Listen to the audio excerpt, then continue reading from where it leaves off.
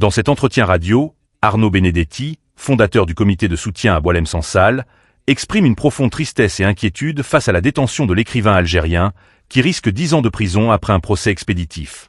Benedetti critique le manque de transparence et la rapidité du procès, soulignant que Sansal a été jugé pour avoir simplement exprimé son opinion, ce qui pose des questions sur la liberté d'expression en Algérie.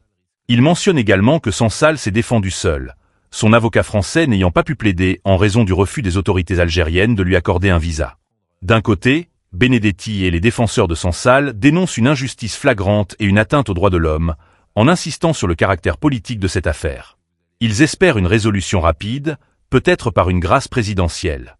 D'un autre côté, on pourrait argumenter que les autorités algériennes agissent dans le cadre de leur système juridique, qui, bien que perçu comme expéditif et opaque par certains, pourrait être justifié par des raisons de sécurité nationale ou de stabilité politique.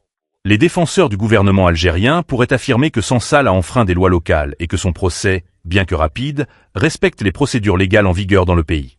En résumé, si Benedetti et les soutiens de Sansal voient cette affaire comme une attaque contre la liberté d'expression et une injustice politique, d'autres pourraient la considérer comme une application stricte des lois algériennes, même si cela soulève des questions sur les droits humains et la transparence judiciaire. Arnaud de Benedetti est avec nous, bonjour.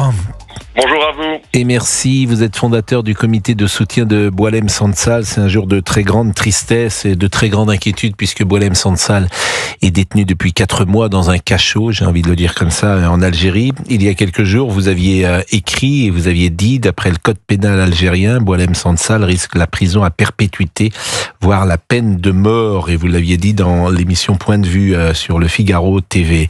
Et on vient d'apprendre à l'instant que le procureur a requis 10 ans de prison contre monsieur Sansal. Alors, cette réaction que vous allez avoir, j'imagine, elle est calquée sur la nôtre, beaucoup d'inquiétude et beaucoup de tristesse, monsieur de Benedetti. Alors, de l'inquiétude, évidemment, de la tristesse aussi, mais beaucoup d'interrogations.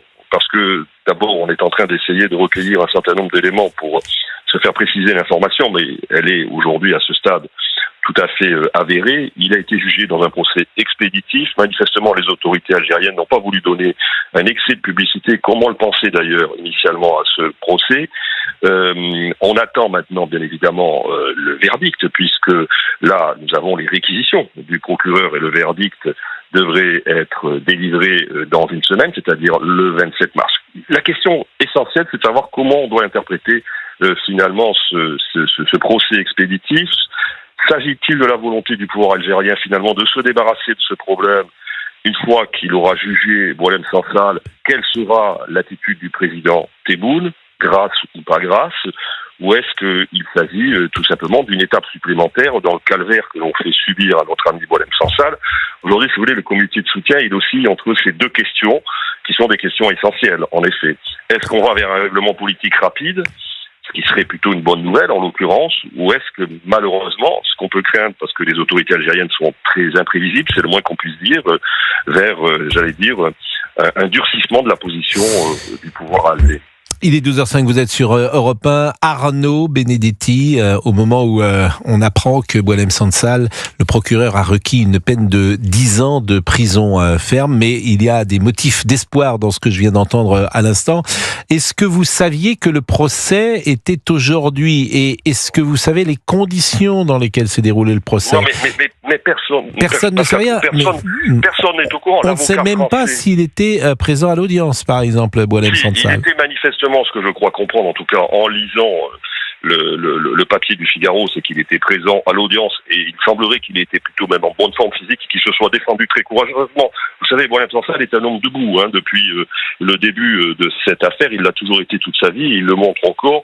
Il a fait face à ses juges d'ailleurs en n'acceptant aucun des chefs d'inculpation que la justice algérienne fait peser sur lui. Il a dit qu'il avait simplement exprimé son opinion, ce qui est la réalité, et bien évidemment c'est ce combat pour la liberté d'expression qu'incarne Boualem Sansal. Mais si vous voulez, on n'avait aucune information. On l'a appris ce matin, moi je l'ai appris ce matin par une source algérienne, et il a fallu qu'on se le fasse confirmer sur le coup de 9h30. L'avocat français, Maître Zimré, qui bien évidemment n'a pas pu plaider puisque les autorités algériennes depuis le début lui refusent le visa, vient je crois de communiquer et de faire part de son extrême surprise et de sa colère par rapport à ce procès totalement arbitraire et expéditif, parce qu'il semblerait que le procès se soit déroulé en une demi-heure. Alors, vous voyez à peu près le sérieux de la justice algérienne qui, faisant peser des chefs d'inculpation aussi graves sur Boualem Sansal, expédie en une demi-heure un procès de ce type. Non, mais il y a sans faire rapport de force politique et rien d'autre. Mais lorsque vous parlez, je pense immédiatement à Midnight Express, et chacun connaît ces scènes avec la justice turque dans les années 70, et on a l'impression d'être plongé exactement dans cette atmosphère-là. On ne sait pas donc si sa femme était présente. Est-ce qu'il y a quand même un avocat qui est présent et qui a pu défendre, même si la défense d'un avocat algérien pour Monsieur Sansal, je peux la remettre en cause? Il semblerait qu'il y ait eu un avocat commis d'office, comme la loi de toute façon l'oblige, mais en la matière, ce que l'on croit savoir, c'est que Boualem Sansal s'est défendu tout seul, manifestement, et c'est ce qu'il avait de façon exprimé il y a quelque temps, puisque je rappelle que des pressions ont été exercées sur lui pour qu'il déconstitue l'avocat français, Maître Zimré, en raison notamment, c'est ce que les émissaires algériens faisaient savoir à Boualem Sansal, des origines de Maître Zimré. Il y a bien évidemment un relent antisémite dans tout cela, évident. Il a refusé et il a, dans le même temps, déconstitué ses avocats algériens. Mais l'accélération de la procédure fait que les autorités algériennes ont néanmoins commis un avocat pour le défendre, mais il semblerait que lors de l'audience, Boualem Sansal soit défendu tout seul. Merci Arnaud Benedetti. Merci beaucoup à 12h08 sur Europe 1 de votre intervention.